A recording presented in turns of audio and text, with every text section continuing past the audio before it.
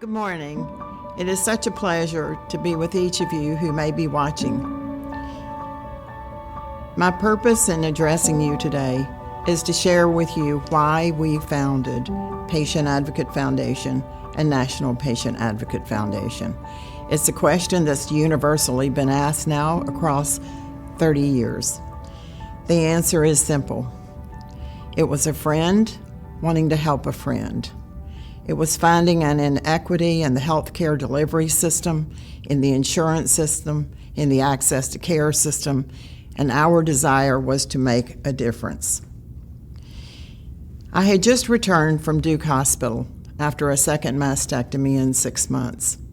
My husband deposited me on the sofa and ran out to the grocery, where he met a dear friend of ours, Billy Outland. Billy began to tell Jack about the experience he had had that day with his fiancée, who was 31 years of age and had just been told earlier that day that she had stage 4 metastatic breast cancer, with no options for treatment. The doctor's closing words to her were, "You need to make arrangements for your 12-year-old son. This journey will be rapid, and your completion of this life will probably happen within a year."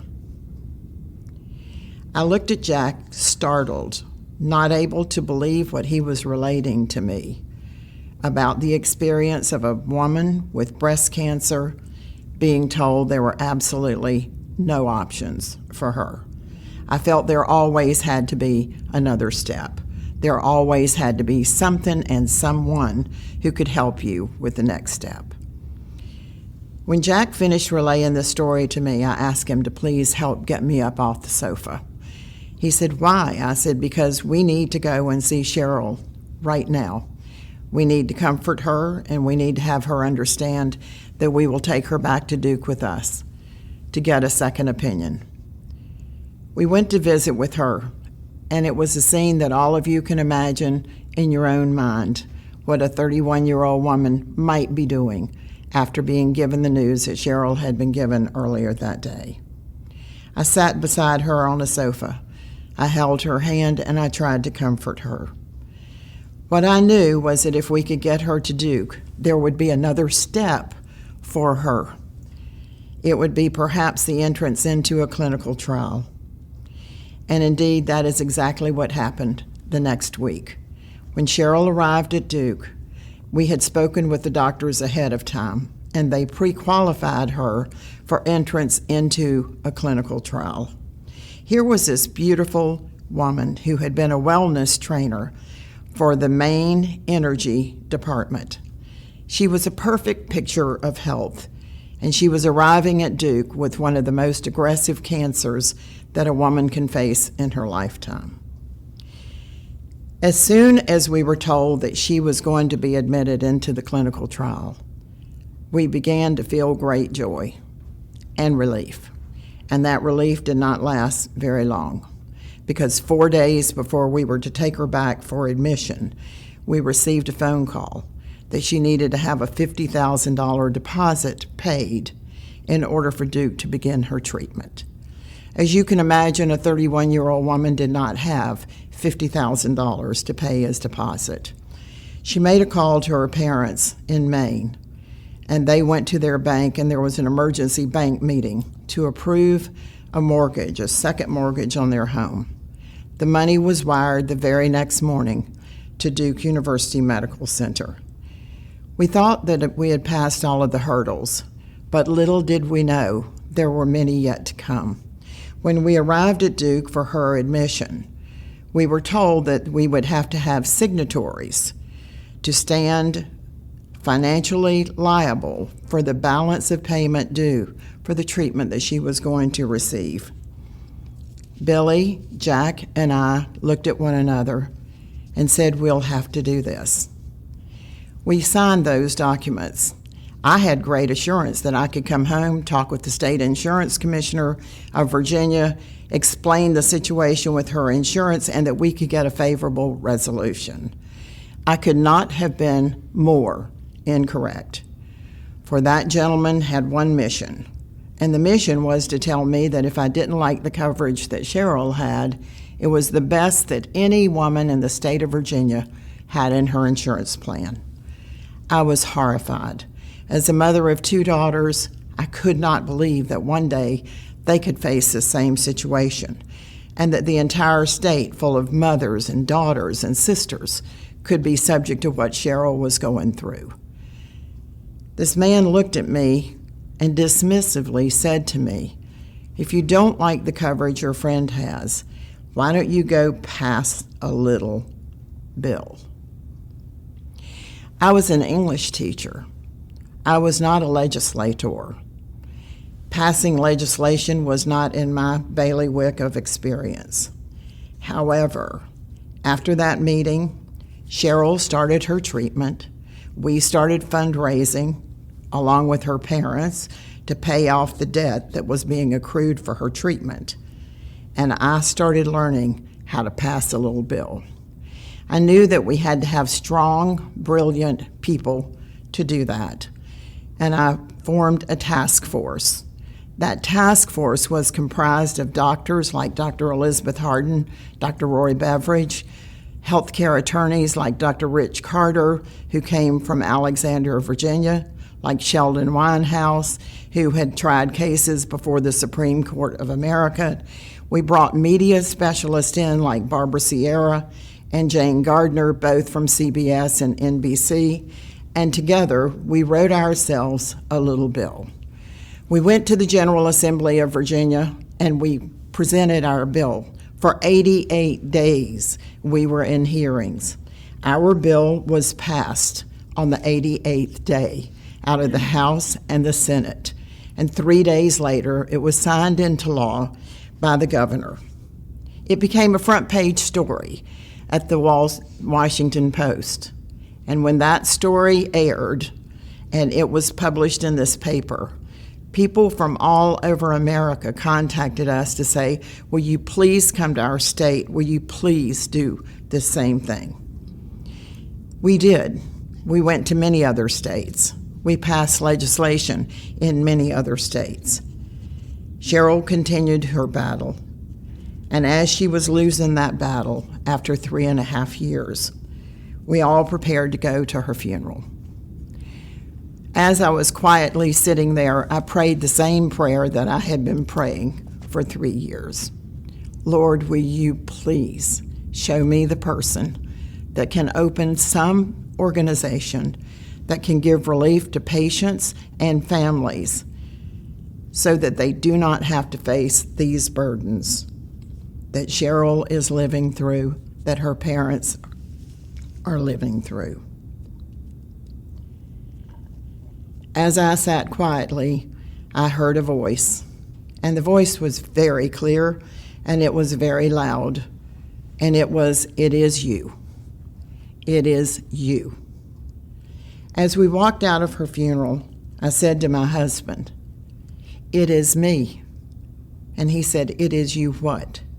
And I said, "It is me who has to go and start some organization who can solve some of the problems that these patients are facing." It was New Year's Eve. We went home that night, and I stayed up until dawn writing 2 business plans. And those 2 business plans were for one organization that became Patient Advocate Foundation that would solve the immediate problems of the patients and their families at the time of crisis and need. The second business plan was much broader. It was to take the voices of every single patient to Washington, D.C., and to all 50 states in this country to change laws, to change regulations, and to make this a better world for all of us who had chronic, debilitating, and life-threatening conditions. On the morning of January the 1st, 1995, those business plans were finished, and the work began. I started to make phone calls to Tennessee, to Texas, to Virginia, to Washington, D.C., to North Carolina, and to California, inviting outstanding people I had met to join the board of directors of this newly envisioned Patient Advocate Foundation and National Patient Advocate Foundation.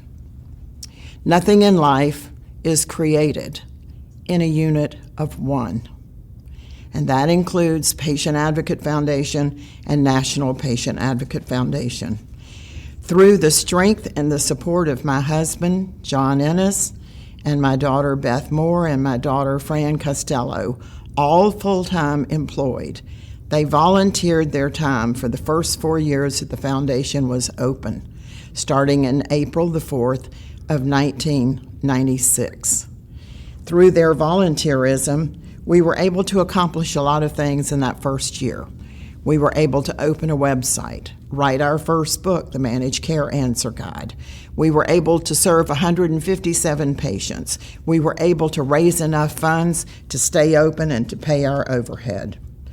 However, if you fast forward to today, we have served millions of patients through Patient Advocate Foundation. We have opened 57 programs and are opening more every single month, every single quarter, and every single year.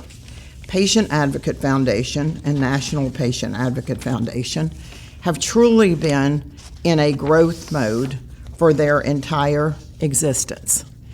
On April the 4th of 2026, we are celebrating our 30th anniversary, for we have merged with Patient Access Network.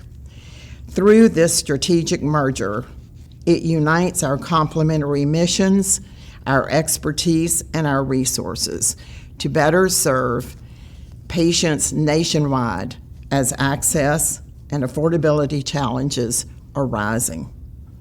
We've helped guide countless patients through the maze of healthcare system, connected them with critical resources, and successfully advocated to put patients and their voices at the center of the healthcare system. Together as an organization, we are uniting for patients. The healthcare access and affordability crisis is only getting worse. All of you have neighbors, all of you go to church, all of you are in organizations where we hear the same words. My family is in crisis because of a critical illness of a family member. We'll reach more people than ever before through the nation's most comprehensive nonprofit dedicated to helping patients navigate, access, and afford care that will include and combine all the existing programs and services of both organizations. Together, as a merged entity, we have 50 years of experience. We have provided services to over 3.8 million patients. We have provided resources to assist these patients with more than $7 billion of support. And we have provided case management services to 350,000 patients. Together, as a merged entity, we offer a single, trusted destination for financial help, expert case management, and robust educational resources, and empowering patient advocacy, making it easier for patients and families to get support they need when they need it. Our dear friend and artist, Casey Corneal, found her way of joining us, just like I want to invite each of you to find your way to join us. She provided beautiful paintings, and she named her painting, Try to Stop One Heart from Breaking.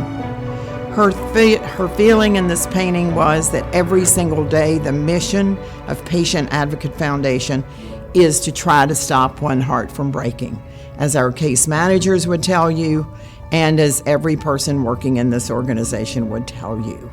So please find the way that you can refer your friends, your patients, your family, and try to stop one heart from breaking through the services of Patient Advocate Foundation. Thank you.